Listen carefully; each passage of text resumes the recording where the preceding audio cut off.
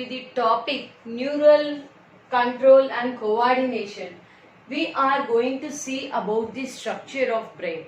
In the previous chapter, we have discussed about the meninges and also we have discussed about the different types of neurons which are present in the neural system. Right. So, coming to the neural coordination, the supercomputer of our body is called as the brain, which controls and coordinates many functions in our body. So, it helps us to communicate with the external environment, and internally the body is also performing its metabolism only with the support of the neural system. If we are talking about the brain is a control center for various actions which we perform like studying, like memory, like reading, like talking, touch, and even pressure, pain, everything, every happenings which happens in our day-to-day life is controlled and coordinated by this supercomputer of our body, which is called as the brain. So coming to the brain is together, it is called as encephalon, right? So brain is together, the brain is called as the encephalon, and recapitulating the previous class, the brain is covered by the hard bony case-like structure called as cranium or skull, or it is called as the brain box. So, coming to the meninges, we have outer dura mater, middle subarachnoid membrane, and the pia mater. So, between the pia mater and the subarachnoid membrane, there is a fluid running which is called as the cerebrospinal fluid, which is alkaline in nature, which helps the brain to protect itself from the shocks and injuries. Right. So, coming to the brain, we can divide the brain into three parts. First part is called as forebrain, second part is called as the midbrain, and the third part is called as the hindbrain. So talking about this, in today's class we can talk only about this forebrain, and in the upcoming classes we will be discussing about the midbrain and hindbrain in detail. So coming to the forebrain, this forebrain is also called as prosencephalon. Okay, so the forebrain is also called as the prosencephalon. Right. So the forebrain is divided into three parts. Alright. So the forebrain, it is divided into three parts. The first part is called as the olfactory lobe. The second part is called as the cerebrum, and the third part is called as the diencephalon. So initially, beginning with the olfactory lobes, there is a pair of lobes which is present on the top part of the brain. So, if we are talking about the brain, the first part of the forebrain, it is said to be a pair of olfactory lobes. So, the olfactory lobes, it consists of two parts. The uppermost part, which is like, it is like the headphones, earbud. We have headphones and as well as the wire. So, same way. So, the buds are called as, it is called as the olfactory bulb. Right. So, the extension of the olfactory bulb is called as the olfactory tract, which is connected to the temporal lobe of the brain. So, what is temporal lobe? We can see later. Right. So, the first part, the olfactory lobes, it is divided into, it is a pair of lobe which is present in the forebrain, and the bulbs of the swollen part of the olfactory lobe is the olfactory bulb. The extension of the olfactory bulb is the olfactory tract, which extends and connects itself to the temporal lobe, and the function of the olfactory lobe is the sense of hearing. So, olfactory lobes, what is that? It is called as for the sense of smell, So, olfactory receptors are the receptors which are regulating the sense of smell. Okay, the sense of smell is controlled by the olfactory receptors. Then, coming to the next part of the forebrain is called as a cerebrum. So coming to the cerebrum, so we can say this is the structure of the brain. Okay, so this is this part is said to be the uppermost part of the brain, which is called as the what is that, cerebrum, right? So extension of the cerebrum, here we have the cerebellum, and the extension of the cerebellum is our medulla oblongata, which comes under the brain stem. Right. So coming to the brain, the brain is not the smooth surface. The cerebrum is not the smooth surface. Okay. So this cerebrum is divided into two parts. Okay. This is the right cerebrum and this is the left brain totally. Okay. So if you are taking the brain is divided into two parts. Okay. What is that? The left part and the right part. So the left part controls the right side of the brain, whereas the right part, it controls the left part of the brain. Right. So extending to that.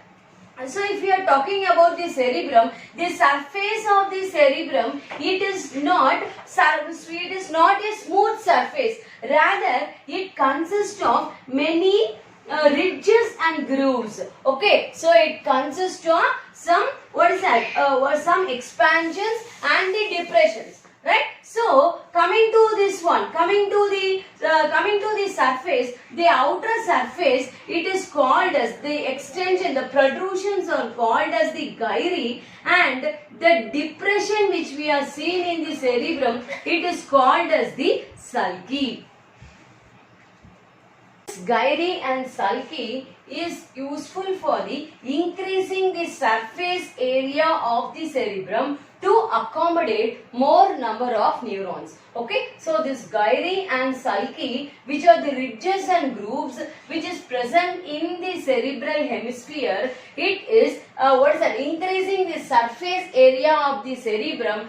Rather, it can accommodate more number of neurons. Hence, this cerebrum, it is called as the seat of intelligence. Right? So, hence the cerebrum is called as the seat of intelligence. Right? So, we have seen now about the surface, how the surface is present. Right? So, the outermost part of the cerebrum is called as the cerebral hemisphere.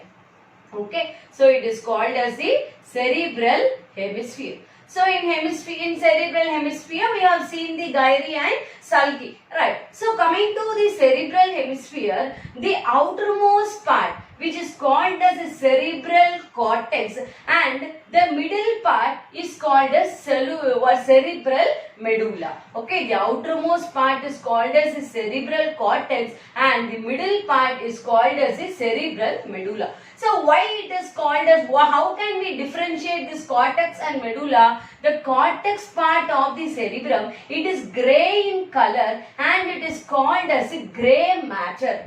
Right, and the medulla part of the cerebrum is white in color and it is called as the white matter. Right. So what is this? What are this grey matter and white matter? Right. So if we are talking about the structure of neurons, the cell bodies are present in the cerebral cortex, whereas the axons are present in the medulla part. Okay, the cell bodies are present in the cortex, hence it constitutes the grey matter, whereas the axon part are white in color and it is forming the medulla. Since axons are present in the medulla and the color of axons is obviously white in color, the medulla is grey matter, whereas the cortex is the grey matter and medulla is the white matter. So this is about the external structure of the cerebrum. So coming to the cerebrum, we have already seen that the cerebrum is divided into left part and the right part. Right. So the left part and the right brain is connected to each other with the help of a C-shaped structure called as corpus callosum. So corpus callosum is the part which connects the right and the left cerebrum. Okay, so the right brain and the left brain, it is covered by a C-shaped structure called as the corpus callosum. So if you are, this is the longitudinal part. So this diagram is said to be the longitudinal part of the brain. So this is the left brain, this is the right brain. So left brain and the right brain are separated or connected to each other with the help of the C-shaped structure called as the corpus callosum. Right. And so if we are talking about the cerebrum, the roof of the cerebrum is called as pallium. Okay, the roof of the cerebrum is called as the pallium and floor of the cerebrum is called as corpus striatum. Okay, the roof of the cerebrum is called as pallium, whereas the floor of the cerebrum is called as corpus striatum. Right. So coming to the structure of the cerebrum. So how is the cerebrum present? See, if you are talking about the cerebrum, the outer surface of the cerebrum is called as the cerebral hemisphere. Right. It is not a polished surface, whereas it consists of many depressions. Okay, so that depressions are called as the gyri and sulci, which increases the surface area of the cerebrum to accommodate more number of neurons. Right. So coming to the roof of the cerebrum is called as the pallium and the floor of the cerebrum is called as corpus striatum. Right. So left brain and the right brain are connected to each other with the help of the C-shaped structure called as the corpus callosum. So corpus callosum is the part which is connecting the right brain and the left brain. So coming to the structure of the cerebrum, the outer surface is called as the cortex and the inner surface is called as the medulla. Okay, so cortex consists of only the cell bodies and they are called as the grey matter, whereas the medulla consists of axons which are white in color and it is called as the white matter. Okay, so this is about the external structure. So next part you have to be very careful. So this part is said to be the anterior part of the brain. Okay, so I have already told you what is anterior, what is posterior, what is dorsal and what is ventral.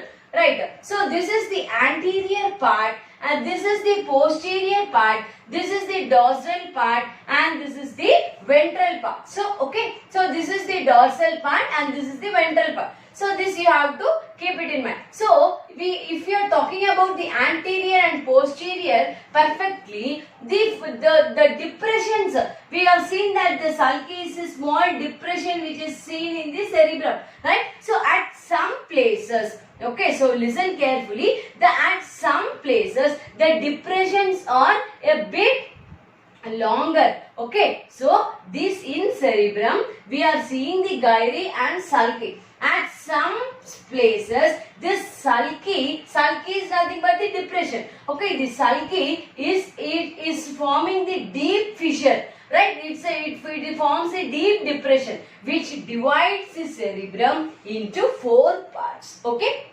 Okay, so gyri and sulci, they are nothing but the elevations and depressions which is seen in the cerebral cortex. At some points, this sulci, the depressions which is seen in the cerebral cortex, it goes deeper and it forms a fissure and this divides the brain into, divides the cerebrum into 4 parts.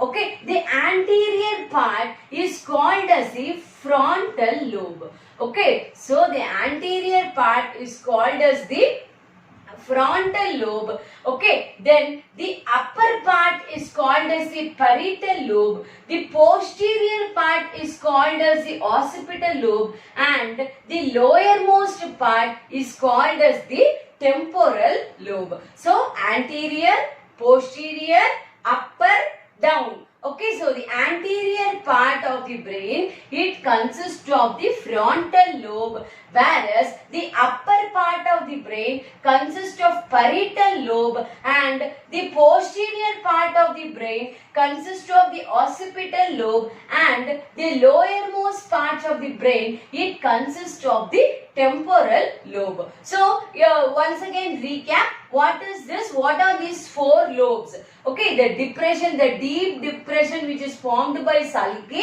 it's dividing the brain into it divides the cerebrum into four parts.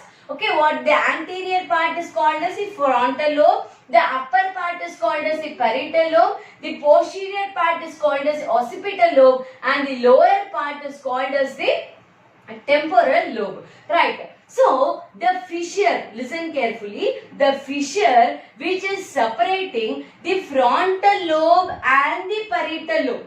Okay, so the frontal lobe and the parietal lobe is separated by a fissure called as the cerebral fissure. Okay, so the fissure which is separating the frontal lobe to the parietal lobe. Okay, so the frontal lobe is the anterior part. Extension of the anterior is the parietal, upper part.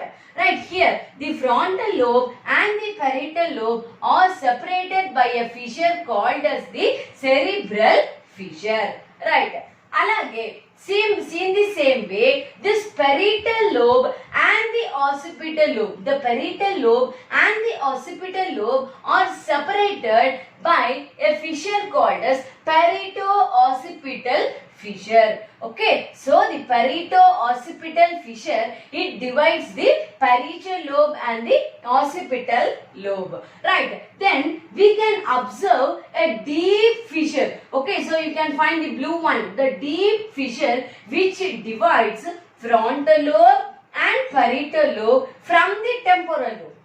Okay, now we are not talking about the occipital. Okay, the frontal lobe and the parietal lobe which is being divided by the temporal lobe. Okay, the fissure which is seen between temporal lobe, frontal lobe and parietal lobe. So these two are one and this is separate. Right, and that fissure is called as the lateral fissure. Okay, so here we are seeing the four divisions. The brain is divided, the cerebrum is divided into four lobes. What are they? Anterior frontal lobe. You read like this: anterior frontal lobe, upper part parietal lobe, posterior occipital lobe, and lowermost part is the temporal lobe. Okay, the frontal lobe is divided by parietal lobe by a fissure called as a cerebral fissure, and parietal lobe is divided from the occipital lobe by a fissure called as Pareto-occipital fissure, and frontal lobe and parietal lobe is divided from the temporal lobe by a fissure called as the lateral fissures. So three fissures dividing the cerebrum into four lobes. So coming to the functions of the lobes. What is the functions of the lobes? So coming to the functions of the lobe, the frontal lobe consists of 5 major functions. Okay, the frontal lobe, it consists of 5 major functions. The first function is the association. Association means what? Coordinating with the other body parts. Right. Then premotor. Okay, so premotor nerves are present. So what is premotor? It controls the involuntary actions of our body. Okay, these premotor nerves, they controls the involuntary actions of our body. Also, it is controlling the process of autonomous nervous system. Right, this autonomous nervous system is also being controlled by the premotor area. Right, then Broca area. So there is a place in the frontal lobe called as the Broca area, in which is giving a good speech. Okay, so I speak. The way I speak is controlled by the Broca region of the frontal lobe. Then Next one is the motor cortex. So premotor cortex controls the involuntary action, whereas the motor cortex, it controls the voluntary action. Okay, so you can keep in mind premotor, motor. So premotor is involuntary, so obviously autonomous nervous system, and motor, it controls the voluntary actions. Then it also helpful for the control, it is the control center for the sensory impulse. So that like the sense of touch, the sense of pressure. So these things are all controlled by the sensory region of the frontal lobe. So coming to the frontal lobe, this frontal lobe exhibit 5 major functions. First one is that it is acting as the association center, and the premotor cortex, which is controlling the involuntary action, as well as it is the control center for the autonomous nervous system. Then the Broca region, which is present in the frontal lobe, it is the control center for the speech. Then coming to the motor cortex, it controls the voluntary actions, and some sensory actions like touch and pressure is being controlled by the frontal lobe. Then coming to the next lobe, parietal lobe. So parietal lobe, it is used for the body awareness. Okay, if you are sleeping and someone is waking up you, so you are aware of something. Right, so such awareness is being given by this parietal lobe. Then language, okay. Many people are able to speak, learn and write many different languages. So the language control, the control center for the language is the parietal lobe. Then ability to read. Okay, so if we are reading, so that reading is under the control of the parietal lobe. So coming to the occipital lobe, it is the main control center for vision. Okay, it is the main control center for vision. Right. So the occipital lobe, it is the main control center for vision. Right. So coming to the temporal lobe, see, we have seen the olfactory lobes are connected to the temporal lobe. So it is the sense of, it controls the sense of smelling. When your mother is cooking some delicious food, you can easily identify the dish, name of the dish with the help of smell. So that you should be very alert that your temporal lobe is working in a good condition. Right. Then auditory. So I speak, you hear. Okay, the sense of hearing is controlled by this temporal lobe, and it is a main center for understanding the speech. When I talk, you are hearing, obviously you are listening what I speak.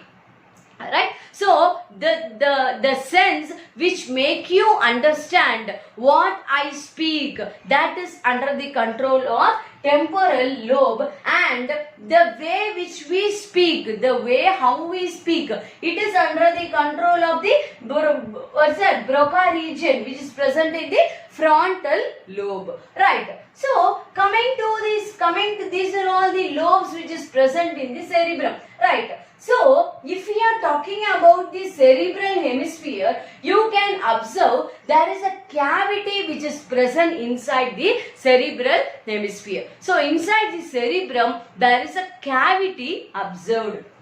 Okay, so the cavity which is seen in the cerebrum is called as cerebral ventricles. Okay, they are called as the ventricles. Ventricles are nothing but the cavities which are observed in the brain. Okay, the cavity which we are observing in the brain is called as the ventricles. So coming to the longitudinal section of the brain. So the green color part is called as the cerebral cortex, and the red part is called as the cerebral medulla. So this is the right part of the brain, this is the left part of the brain. So if you are talking about after this green part and red part, you could find some cavity. Okay, so this where I am keeping the dots. So these dots are said to be the cavity of the brain. Okay, so this cavity is called as the ventricles. So this is the right brain consists of the first ventricle. Left cerebrum consists of the second ventricles. And these two ventricles meet at one point which is present in the next part of the brain, which is called as the diencephalon. Okay, so this first ventricle and the second ventricle, it is connected to the third ventricle which is present in the diencephalon. Okay, so the first ventricle and second ventricle, they are together called as the lateral ventricles or paracele. Okay, so it is called as the lateral ventricles or paracele. Right. So this lateral ventricles, they opens into the next region of the diencephalon where we can see the third ventricle. Right. So for the pathway, there should be a small hole. So with that hole only what happens? This ventricles are moving. Right. So that cavity is called as foramen of Monro. Okay, the foramen of Monro is the cavity which connects the first and second ventricle with the third ventricle. Okay, the first and the second ventricles, which are called as the paracele, is connected to the third ventricle which is present in the diencephalon with the help of a small opening called as the foramen of Monro. Okay, so in the next class, let's take up with the structure of the diencephalon. So thank you.